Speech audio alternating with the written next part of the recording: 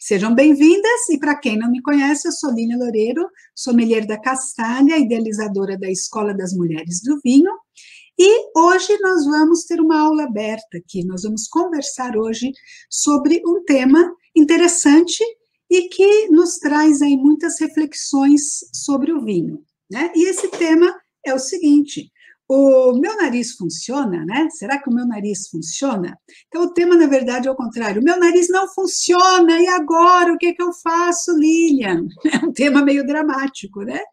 Mas, na verdade, é um dos mitos, né? Acho que um dos maiores mitos que a gente encontra com relação a vinhos, e principalmente quando a gente está começando, né, com os vinhos. Porque a gente acaba encontrando pessoas que comentam sobre os vinhos, inclusive a gente acaba lendo muitas coisas, né, sobre vinhos, onde sempre se fala muito dos aromas. E vem uma lista de aromas, né, vem uma lista de coisas, uma lista de aromas, e isso tudo acaba nos deixando, às vezes, um pouco até assustadas, acredito, né? Num primeiro momento, a gente fala, nossa, que coisa mais difícil, né? Como pode ter tantos aromas no vinho? É meio assustador isso, né? Então, gera ali uma certa ansiedade, né? E esses mitos dos aromas, eu acho que tanto eles são muito atraentes, né? Tanto os aromas, eles são atraentes, eles atraem a gente, mas, por outro lado, eles podem nos afastar do vinho. E eu quero hoje, nessa aula, justamente desmistificar os aromas para não afastar vocês do vinho, porque justamente o vinho é para ser uma delícia e não para ser uma coisa assustadora. Agora, é claro que quando começa aquele papinho dos aromas, não sei se vocês já passaram por isso, eu já passei, né? Quando, inclusive, né, muito tempo atrás, vou até lembrar que numa historinha, né, que quando eu vim da Espanha, a minha ideia com os vinhos era basicamente trabalhar com turismo enológico, né? Eu não tinha feito ainda o curso de sommelier, mas já gostava dos vinhos, já tinha feito meu curso com Jesus Flores, que foi meu primeiro professor lá na Espanha, e, na verdade, eu já tinha organizado umas visitas para visitar as vinícolas lá na Espanha, né, com algumas pessoas brasileiras, alguns amigos brasileiros, e também espanhóis. Então, eu já estava gostando dessa história, e a minha ideia, originalmente, era o quê? Não tinha ideia de ser sommelier nem nada, mas tinha ideia de sim trabalhar com vinho, com a gastronomia, com as viagens, com a cultura, né? Todo esse universo, né, que está em volta ao vinho. Não é só o vinho, não é só a bebida, né? Vocês sabem disso. Agora, o que acontece? Então, eu comecei a ir em alguns lugares, e eu fui, o meu primo estava me ajudando naquela ocasião, quase que eu comprei uma agência de viagens, inclusive, tinha tipo uma agência pequenininha aqui no meu bairro, e a pessoa estava querendo se desfazer da agência, quase que eu fui lá conversar como é que era, eu tinha saído já do banco, tá? Eu queria fazer alguma coisa nessa área, enfim. O que aconteceu?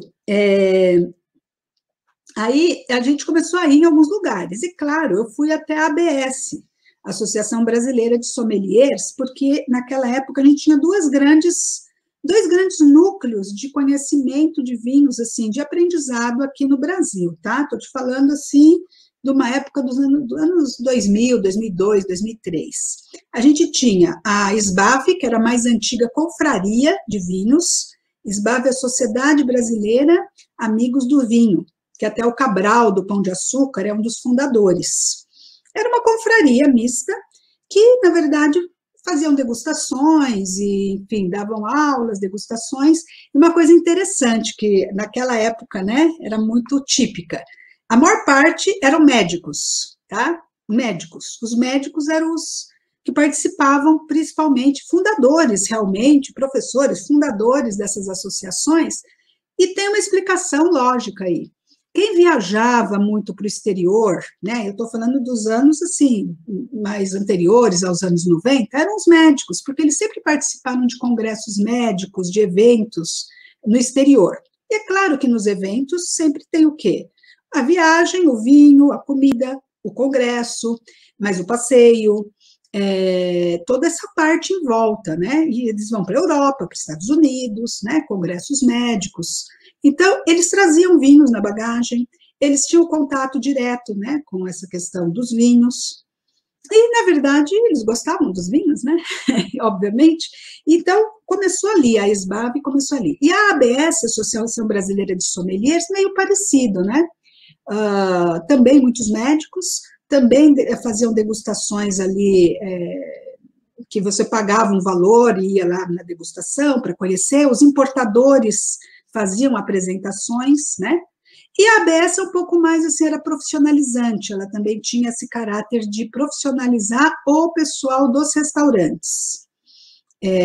Apesar de que os amadores também faziam cursos, e daí todo mundo virava meio sommelier, mas eu não sei, eu sou meio clássica para isso, então, para mim, assim, não é sommelier, é aquele que estudou, né, assim, mais profundamente para atender no restaurante, para trabalhar fazendo a carta de vinhos, mas claro que no Brasil nem tinha essa profissão. Então, essas pessoas que faziam o curso amador, depois iam se aprofundando, e depois iam fazer uma carta de vinhos, iam fazer coisas, porque não tinha nem a profissão.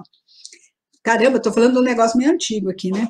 Mas, assim, resumida conta, o panorama era esse. Então, eu fui lá na ABS numa degustação de vinhos australianos da importadora KMM, cujo australiano era casado com uma brasileira, e aí eles moravam no Brasil e traziam vinhos da Austrália.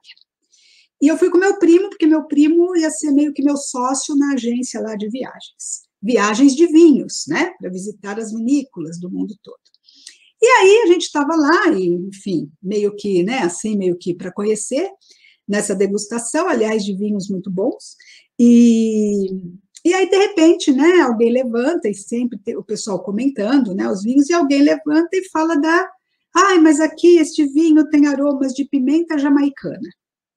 E aí, meu primo me olha assim, com aquele olhar assim, bem cético, né, eu olhei para ele com uma cara de que, puxa vida, legal, né, pimenta jamaicana, pensando, será que eu vou ter que ir para a Jamaica para saber que aroma é esse? E aí foi muito engraçado, porque ali meio que começou essas duas coisas que eu ia colocar para vocês, que são as duas grandes perguntas que a gente se faz quando fala de vinhos e começa a tratar do tema aroma. E eu acho que, assim como eu sempre me perguntei, né, no começo, principalmente, eu me perguntei, eu acredito que vocês também tenham se feito essa pergunta, tá? Se vocês fizeram essa pergunta, escrevam sim aí para mim, para eu saber. A primeira pergunta é: quem será que colocou pimenta jamaicana no vinho? Ou abacaxi no vinho? Ou madeira no vinho? Ou limão no vinho? Ou seja, caramba, da onde é que essa pessoa trouxe esse aroma? Como é que esse aroma foi parar nesse vinho, né? Então, a primeira pergunta é: como é que essa pimenta foi parar nesse vinho? Isso seria a minha pergunta. E a pergunta do meu primo seria: será que isso é verdade?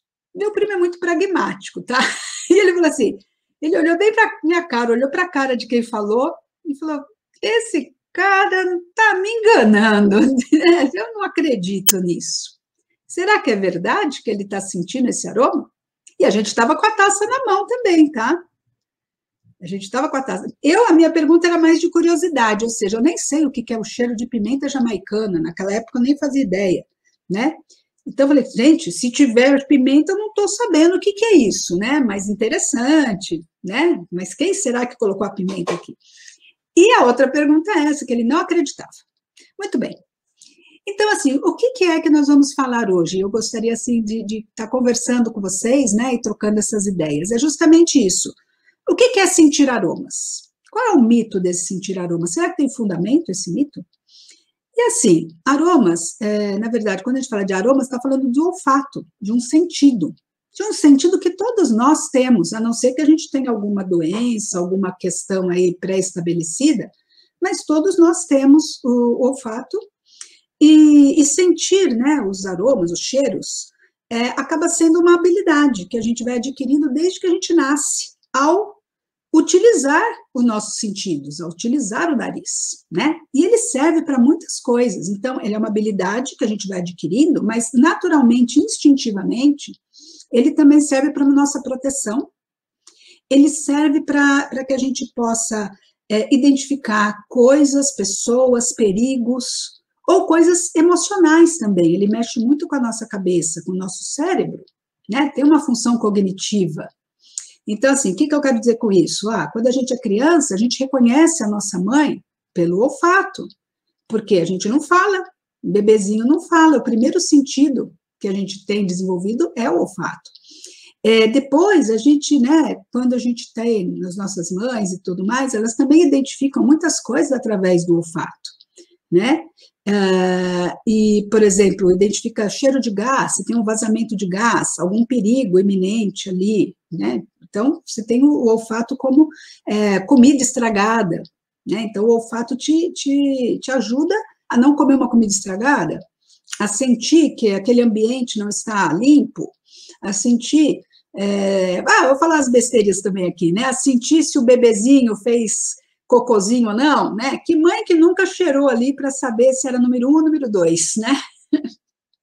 Não sei, na minha mãe, na minha época, era assim que funcionava.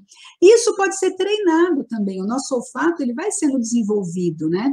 Você vai tendo técnicas, né, para se desenvolver. Qual é o grande problema? E aí que nasce o mito, né? É que depois que a gente pega uma certa idade, eu acho que isso acontece depois que a gente pega os 7 anos, sou favorável aí àquela ideia da antroposofia, né, dos setênios. Eu acredito que depois que você passa a primeira infância, você começa a ser um pouco que moldado, né, e nós mulheres principalmente moldadas a sermos o quê? Educadinhas, bonitinhas, perfeitinhas, e cheirar não é muito bem educado, não é muito bem visto, né, meter o nariz aí em tudo quanto é coisa. Então, aquela nossa curiosidade natural vai sendo meio que moldada, meio que castrada ali, e a gente acaba passando no futuro, né, depois, uma ideia de que você não nasceu com o dom. Puxa vida, eu não nasci com o dom de sentir esses aromas, ou é feio ficar sentindo aromas, né? A visão também começa a ter mais protagonismo, né? A fala também vem junto. Então, você percebe que aí a gente começa a se desenvolver mais, e, ao mesmo tempo, essa questão dos aromas começa a se tornar meio inatingível, meio que parece que alguém nasceu com o nariz bom e o meu nariz não é bom, aquele nariz... a pessoa é mais iniciada, gera um mistério, né? E aí, não é nada disso. Então, não é nada disso.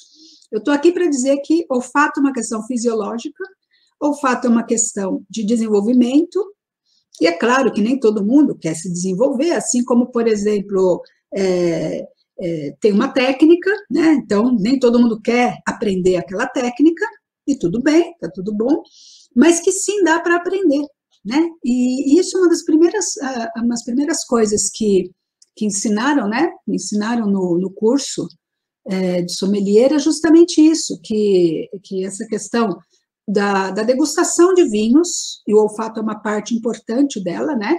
Mas toda parte da degustação é um ofício, e toda profissão de ofício, ela pode ser aprendida, ela pode ser passada para outras pessoas, né, aprenderem também a fazer a mesma coisa. São profissões e são técnicas, são habilidades, e é claro que praticando você vai melhorando.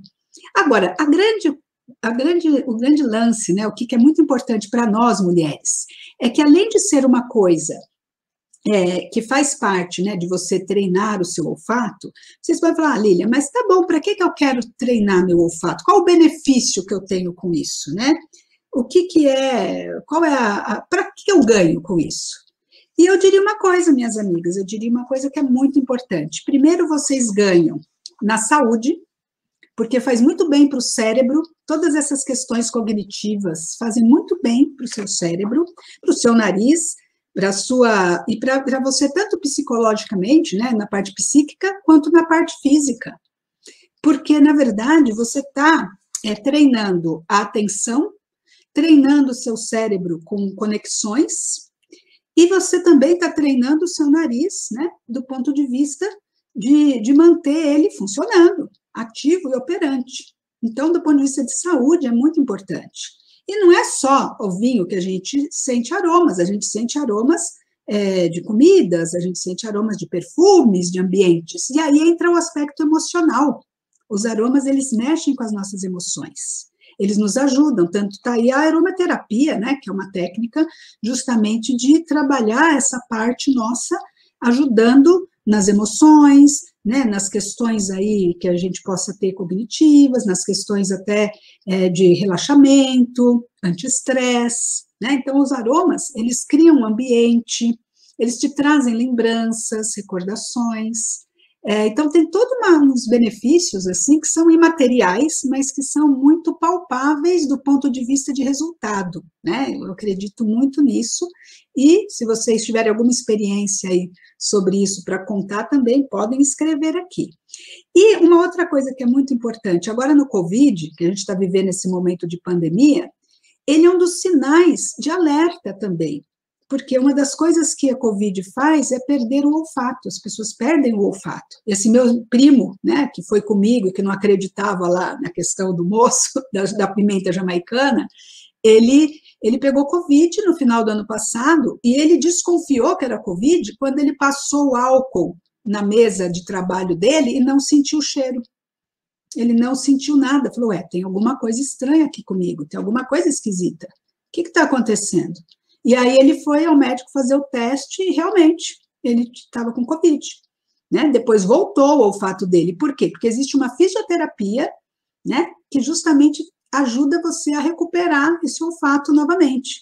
E treinando o olfato, você pode melhorar 30% a 50%. Isso existe em estudos médicos, né, que comentam justamente isso. Agora, uma novidade melhor ainda para a gente é que na Universidade Federal do Rio de Janeiro, eles fizeram uma pesquisa que analisou os cérebros, né, os neurônios, né, dos homens e das mulheres, identificaram que nós temos mais neurônios aí que identificam aromas. Nosso cérebro está mais preparado para identificar mais aromas. Além da gente ter um nariz melhor também, né? Isso daí também é incontestável. E por quê? Por que eu falo isso?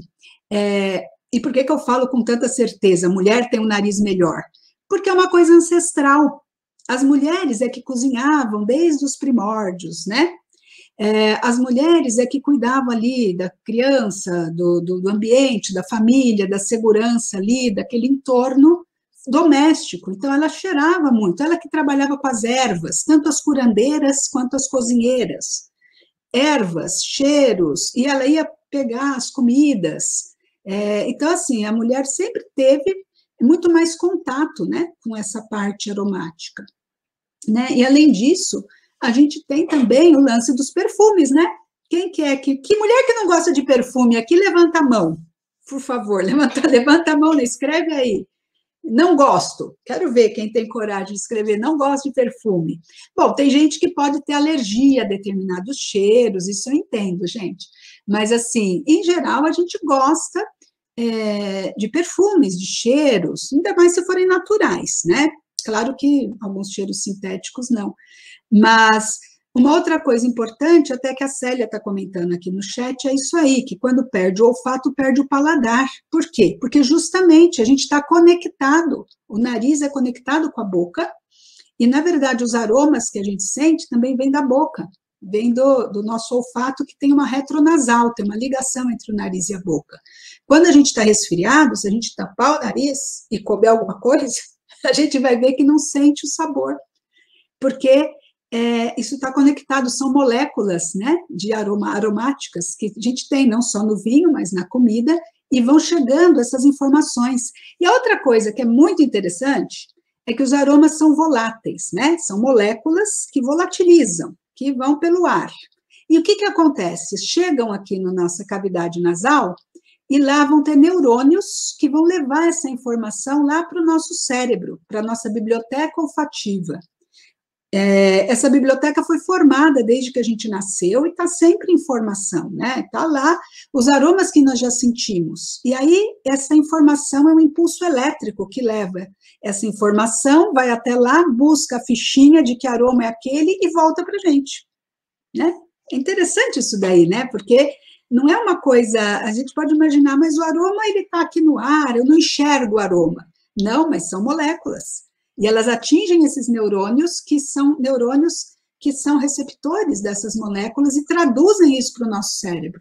Olha que coisa interessante. Vocês sabiam disso? Vocês Acham isso interessante? Eu acho super. E aí, o que que acontece? Então, as mulheres sempre tiveram mais contatos com comidas, com perfumes, com toda essa parte, né, dos cuidados da casa, com a madeira, com a lenha, acendendo fogão, né, esses trabalhos assim, que tem a ver com muitos aromas. O problema está em que é isso que eu comentei, em determinado momento, não sei quando, até mereceria uma pesquisa, mas em algum momento começaram a nos dizer que era feio cheirar, que não era bonito cheirar, que cheirar é falta de educação. E aí a gente foi acreditando nisso. E ao acreditar nisso, a gente foi meio que tampando o nariz. Nós não fechamos os olhos para as coisas, mas nós tampamos nosso nariz, né? E isso é muito interessante da gente ter consciência, tá? Porque foi isso que me fez perceber. E aí, uma outra historinha aí para vocês é o seguinte: quando eu fui para a Espanha, que aí eu fui fazer meu curso de sommelier com o Jesus Flores, na aula dele, que era um curso básico, né? De sexta e sábado, mas bem intenso, 8 horas de curso, bem intensivo. Ele é enólogo, né? E aí, o que ele trouxe para o curso? Além de toda a parte, né, dos vinhos da Espanha, ele trouxe os elementos químicos que fazem parte, os compostos químicos que fazem parte da composição do vinho, em vidrinhos. E aí, ele deu para a gente ir sentindo. E também era como o vidrinho de aromas, também. Tinha os vidrinhos dos aromas, mas tinha os vidrinhos dos compostos também, do ácido, né, do tanino, do amargo, do cheiro de álcool. E aí ele fez essa experiência com a gente, né, lá. E aí realmente você começa a perceber o quanto, muitas vezes, a gente tem a ideia de que não é possível. Mas se a gente nunca vai lá e pratica, só vira uma ideia mesmo. Então, quando você vai lá e pratica, você começa a perceber que tem coisa aí, que tem coisa para ser desenvolvida, que tem coisa que ficou fechada por muito tempo, que tem que ser aberta essa janelinha, né, do seu nariz. E aí, coisas importantes que eu descobri com ele, né, coisas que eu descobri, assim, ao longo dessa jornada aí, mas especialmente desde aquele momento, né, que ele me abriu não a visão, ele me abriu o olfato para essa questão. Primeiro, a experiência olfativa ela é pessoal, depende da sua bagagem, né? A bagagem de um brasileiro de uma brasileira, não é a mesma bagagem de um espanhol. Eles sentem muito facilmente aromas de bosque, aromas de cogumelos, porque lá existe um hábito de que no outono eles saem com a cestinha desde criança para catar cogumelos no campo. Aqui a gente sai para catar cogumelos no campo, eu nunca catei cogumelos no campo aqui no Brasil. Porém, eu sempre chupei jabuticaba. Ah, amigas, o dia que eu disse que o vinho que estava na minha taça, e eu disse com toda a sinceridade do fundo do meu coração, tá? Porque não adianta mentir, porque você vai estar mentindo para você mesma. Então, não é uma questão de mentira, é uma questão de sentir. E o dia que eu senti jabuticaba no meu vinho, e eu falei lá para os meus colegas do curso, gente, isso daqui tem aroma de jabuticaba? Todo mundo ficou com cara de pastel.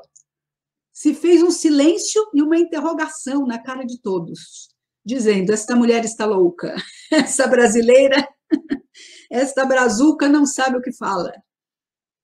Ninguém nunca sentiu jabuticaba, porque lá não existe jabuticaba. Então, eles jamais vão poder sentir uma coisa que eles não conhecem, que não tem, né?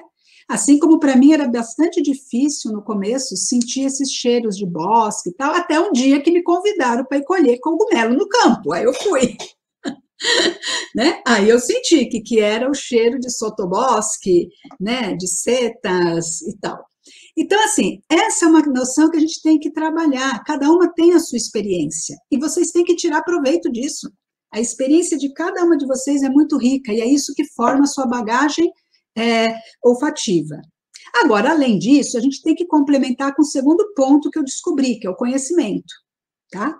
Porque o conhecimento sobre os elementos do vinho também vão te dando pistas, né? Daquilo que que você pode encontrar naquele vinho. Isso é interessante. Da onde surgem aqueles aromas? É interessante. Cada uva tem ali os prescritores, né? Os elementos que vão trazer aromas. Isso é interessante, né? Porque te dá conhecimento teórico para que na hora que você estiver na prática, você possa botar uma atenção nisso.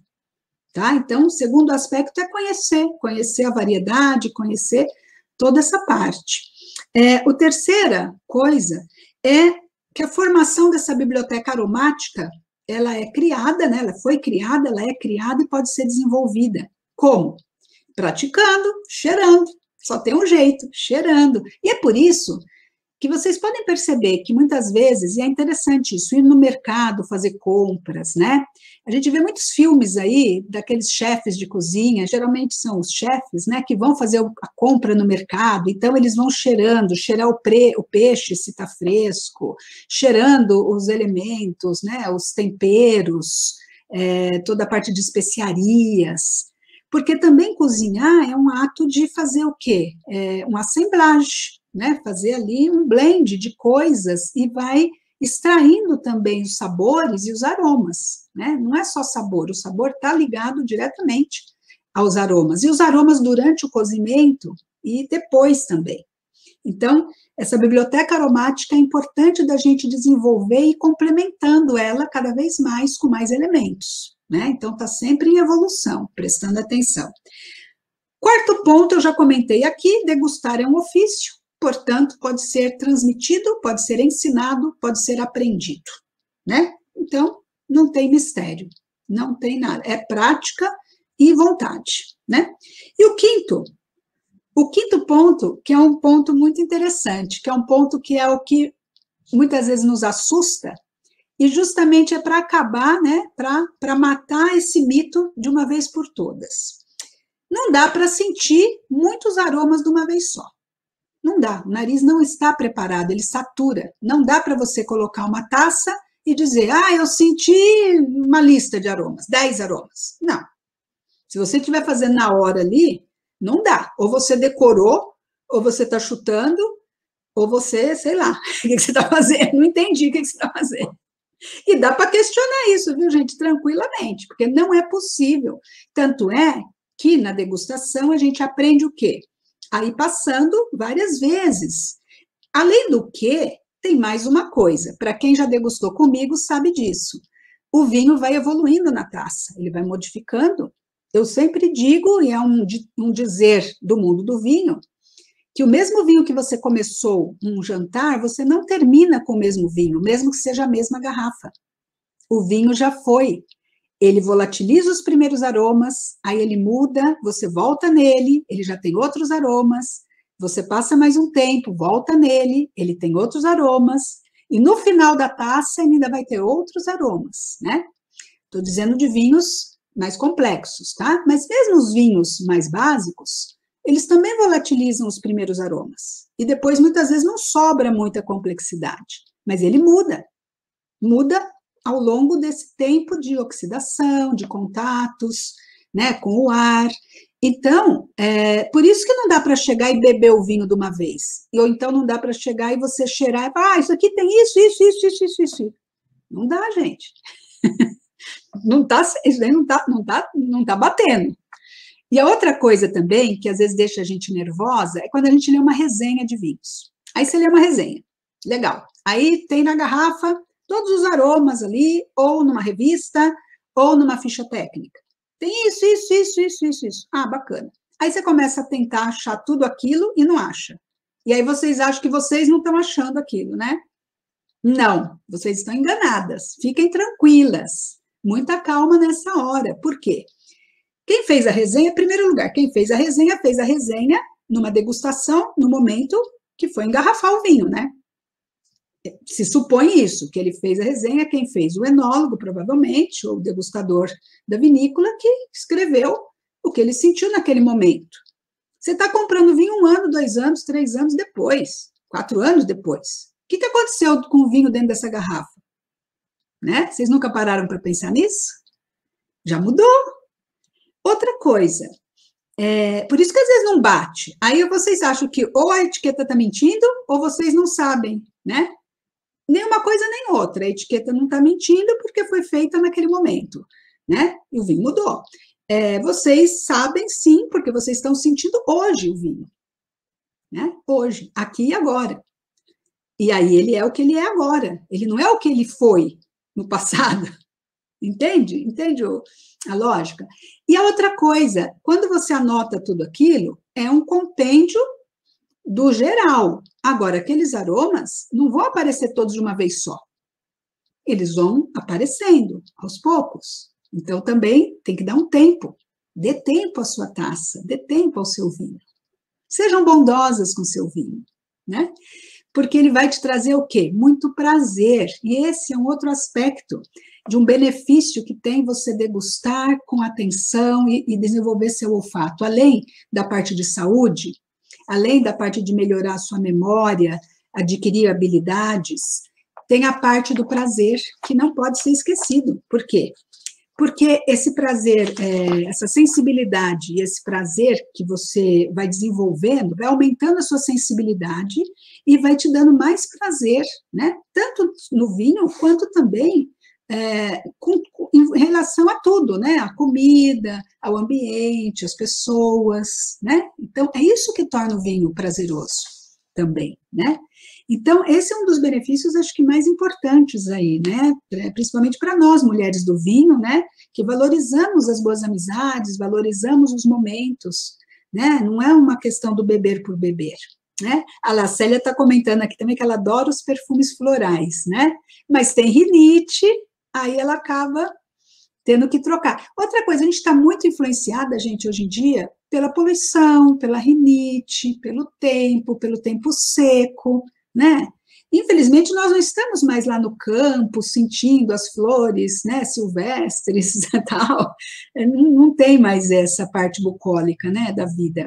Mas, independente disso, né, Célia, de qualquer maneira, a gente pode, inclusive, até para melhorar essa nossa relação, né, com o nosso nariz e com toda essa questão aí de poluição e tudo isso que nos tampa, é abrir, né, nos abrir realmente a buscar sentir isso, sentir os herbáceos, sentir a madeira, né, respirar. Outro exercício interessante, respirar, tentar abrir nossos pulmões. Isso também é muito importante para a gente respirar mais ar. A gente às vezes esquece de respirar. Importantíssimo a gente respirar e respirar profundamente, né? É muito legal. Tanto é que agora, né, hoje em dia, a gente vê como cresceu a questão da meditação, que é justamente uma prática de se acalmar e respirar, né? E começar a colocar isso. Então, assim, vinho também, nesse aspecto, pode ser até uma prática de meditação, né? A meditação do vinho, uma meditação ativa, né? E aí a outra coisa que eu queria comentar era justamente assim, como que nós mulheres podemos superar esses medos dos aromas, né? Como a gente pode... Então tem três medos, que são os medos, acho que são os principais medos, e como que a gente pode superar? Olfato especial. Eu não nasci com nariz bom. Aliás, é o tema dessa aula. Meu nariz não funciona, socorro. O que eu faço agora? Não, o seu nariz funciona, né? Apesar da rinite, ainda funciona. Apesar da poluição, ainda funciona. Obviamente, como eu já fiz a ressalva, se tiver alguma doença mais grave, se tiver com Covid, não funciona, mas dá para treinar e recuperar. Então, assim, não é um dom. Na verdade, quando você fala meu nariz não funciona, o que você está querendo dizer realmente? Né? Que você tem um problema? Tem que ir no otorrino. Né? Você está com doença no nariz? Tem que ir no otorrino. Não, eu entendo, tá? Me corrijam se eu estiver errada, mas eu entendo que é um medo que a gente tem de não saber fazer.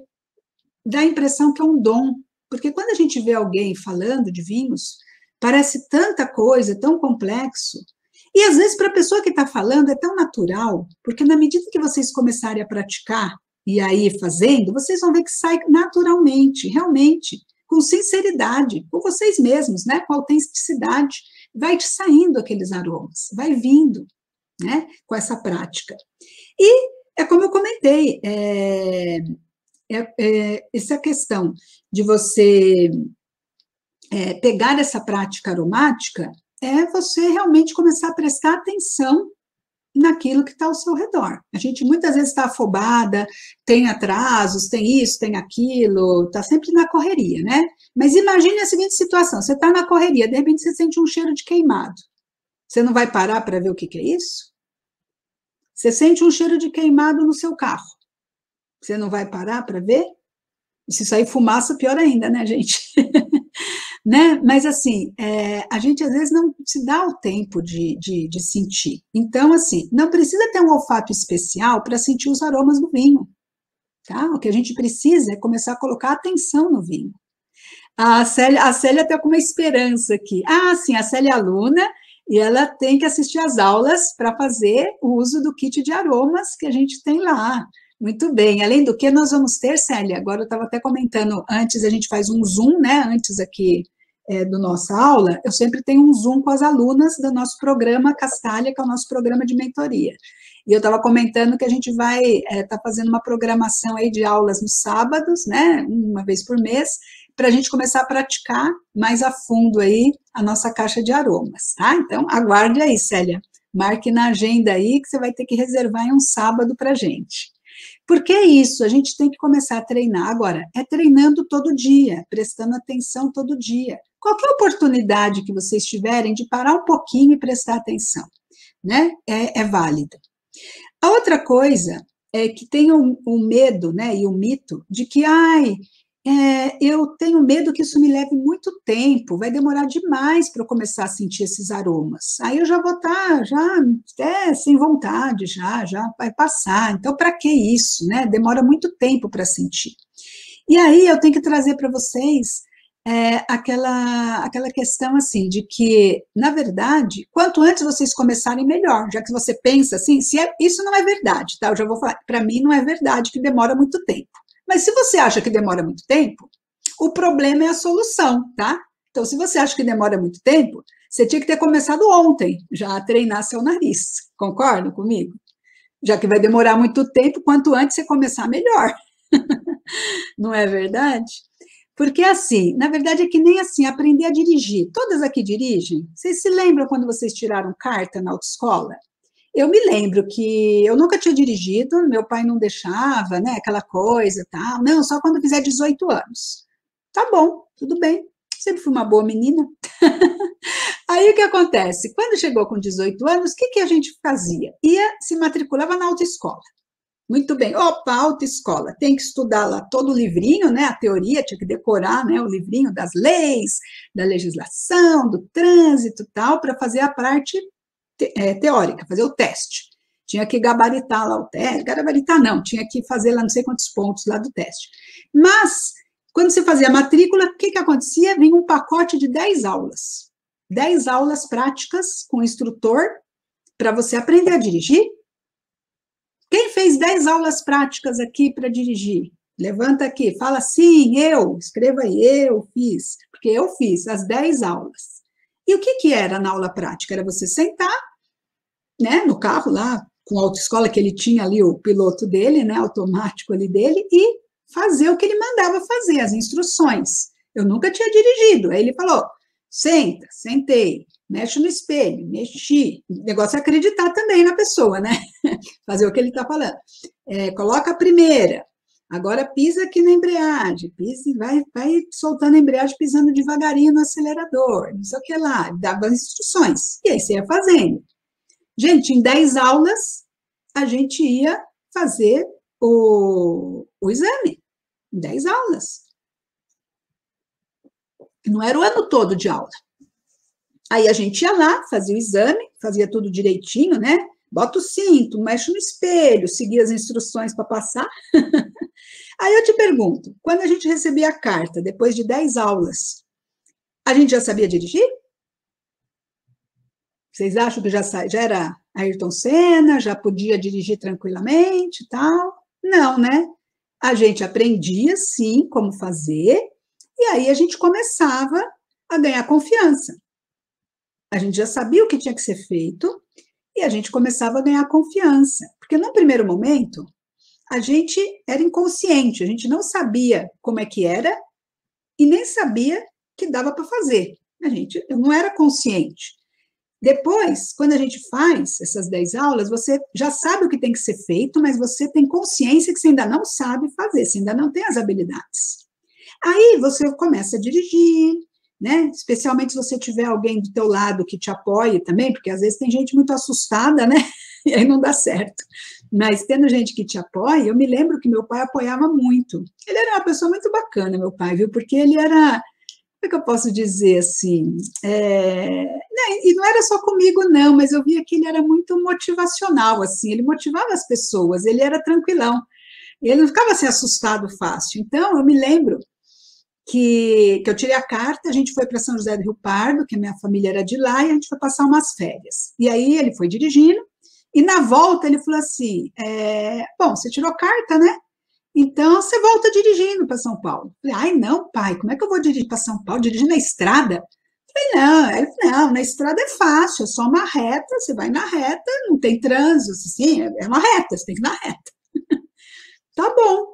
E aí, tá bom.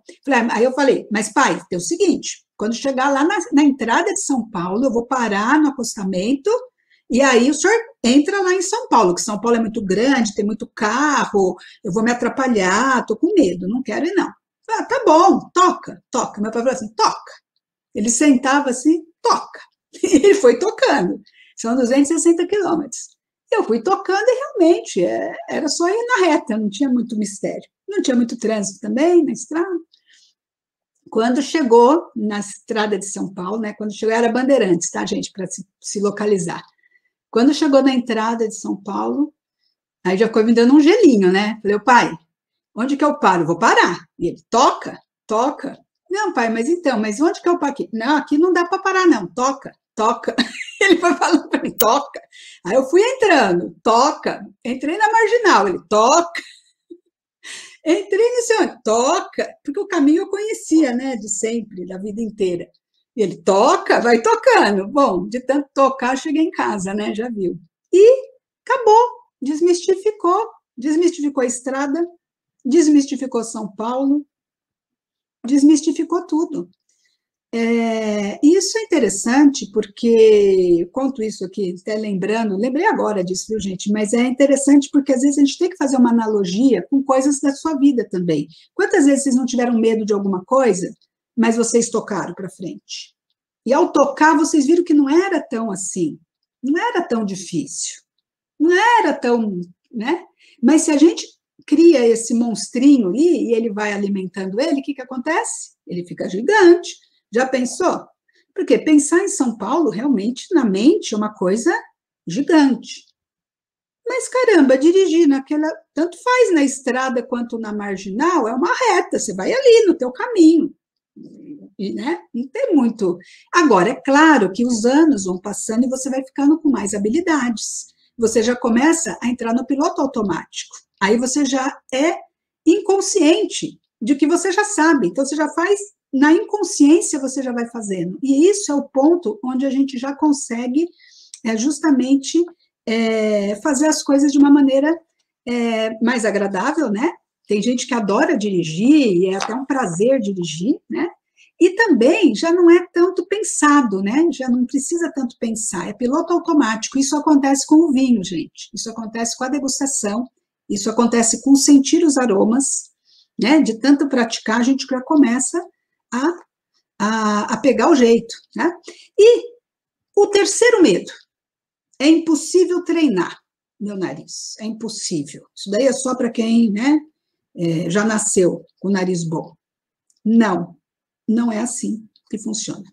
Tanto não é assim que existem profissões que justamente por treinar formam profissionais. Profissionais da perfumaria, profissionais do café, profissionais baristas, chefes, o sommelier, né? Profissionais da cerveja, do uísque, né? São formações profissionais que são treináveis, né? São treinadas, então você aprende e pratica, né? E fica bom. Então, nós, mulheres, se a gente praticar, nós vamos ficar boa, boa mesmo. Boa, boa no último, né?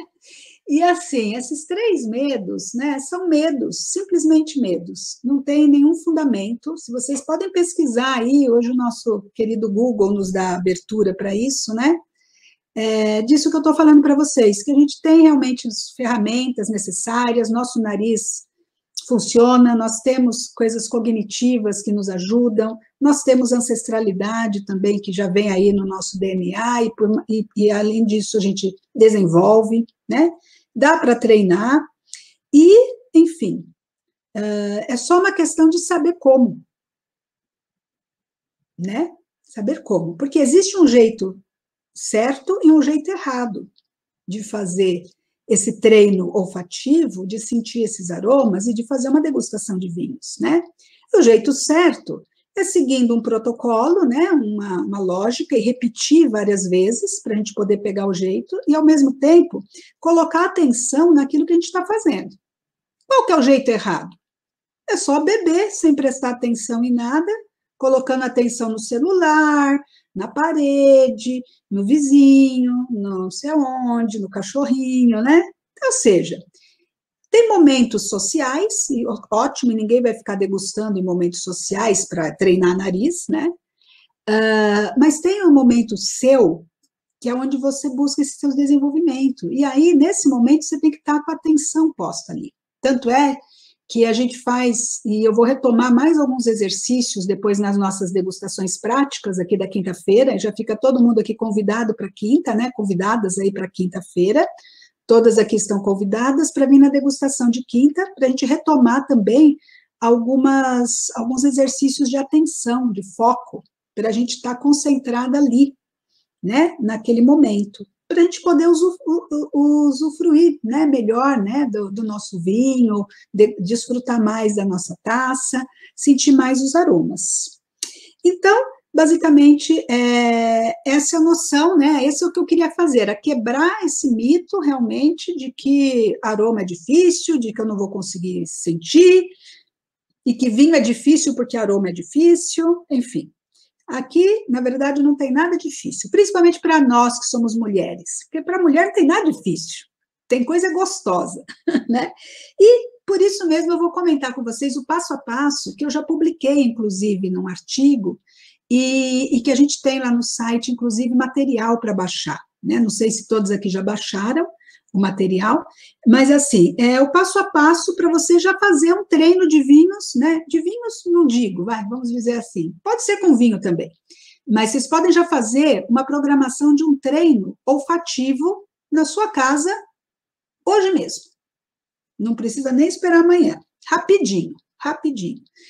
Para as meninas, né, para as alunas que já têm a caixa de aromas, vocês podem pegar também a sua caixa de aromas, tira a poeira da caixa de aromas, e aí pegam 3 vidrinhos, 3 aromas, 3 ou 4 no máximo, não adianta pegar, tem 25 aromas, não vão pegar os 25, pelo amor de Deus, não vai funcionar, né? 3, escolham 3 para essa semana, comecem hoje com esses 3, peguem o caderninho de anotações, tem ali no PDF um caderninho ou uma folha de papel em branco, 3 aromas 1, 2 e 3, certo? Para quem não tem a caixa, não tem problema algum. Pegue 3 elementos na sua casa mesmo. Pega um limão, pega mel, se vocês tiverem mel, pega, que mais? Um limão, que é cítrico, um mel, que é adocicado, café. Põe num potinho, num copinho, num qualquer coisa que vocês tiverem em casa, deixa ali. E é um treino de 20 a 30 segundos cada aroma, pelo amor de Deus. Né? Segundos, não estou falando de horas, segundos, tá? Então, olha, com kit de aromas, e lá nesse PDF eu também dou uma dica de como montar esse kit de treino, né? Então, tendo o primeiro passo, prepara esses materiais, um kit de 3 aromas, né? Eu pego 3 vidrinhos de aromas. Segundo passo, aprenda os 3 pilares do treino olfativo. Primeiro passo do treino, avaliar. Segundo passo, treinar, né, sentir, e terceiro passo, tomar nota. Você tem que anotar num papelzinho para você ver sua evolução, né? No dia 1, cheirei esses 3, aconteceu isso. Dia 2, cheirei esses 3, notei que aconteceu isso. No dia 3, cheirei esses 3, notei que aconteceu tal. É um diário, né? E aí, vocês vão fazer o método. Qual é o método? Pegando essas 3, vocês vão passar pelo nariz, né? Rapidamente, 20 a 30 segundos. Não adianta deixar o aroma no nariz, não vai sentir mais aroma se vocês deixarem, só vai saturar e aí o aroma desaparece. Vocês dão uma passada no aroma, sente ali o aroma, anotem. Anotem sem racionalizar. Sentiu a intensidade? Média, baixa, alta? Sentiu algum elemento diferenciado? Anotem. Sentiu até que aroma era aquele? Você já sabe, é o limão, mas você sentiu realmente que tinha cheiro de limão? Lembrou alguma emoção? Façam analogias. O que te lembrou aquele aroma? Coloquem uma cor junto, para vocês lembrarem. Aroma cítrico é verde, por exemplo, ou é amarelo, enfim, coloque uma cor de referência. Então, isso vocês fazem umas 2 vezes por dia, de manhã e de noite, por exemplo, né? Deixa ali no lugar fácil, e todos os dias, depois de uma semana, vocês olhem suas anotações para ver a sua evolução, ver o que mudou do primeiro dia até o 7º dia, por exemplo.